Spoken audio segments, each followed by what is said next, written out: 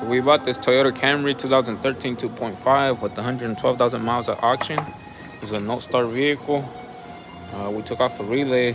We weren't getting signal from the ignition switch here.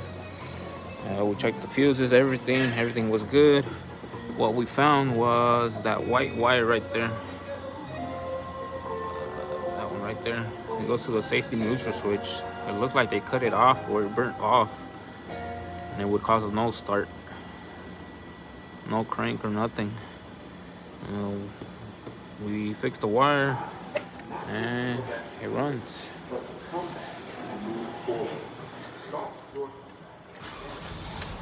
There you go. Easy fix. Ready to sell.